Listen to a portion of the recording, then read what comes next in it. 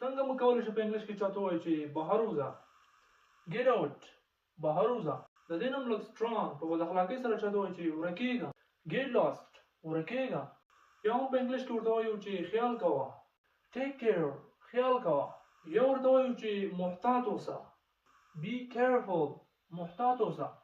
یا په انګلیش کې ورته وایو چې دننه راشه یا دننه راځه، come in، دننه راځه. مه خوره، don't eat، مه خوره. مه څښه یا مه څښه، don't drink، مه څښه.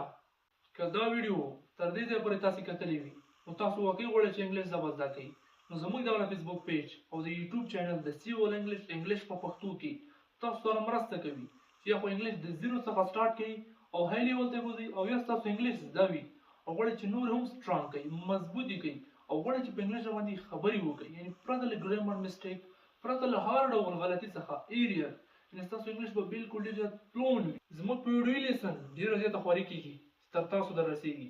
تاسو هم د نورو سره حتما شیر کوئ ترڅو هغوی هم ترې فایده واخلي، او خپله هم د زموږ د سپورټ دپاره لایک او کمنټ ضرور کوئ.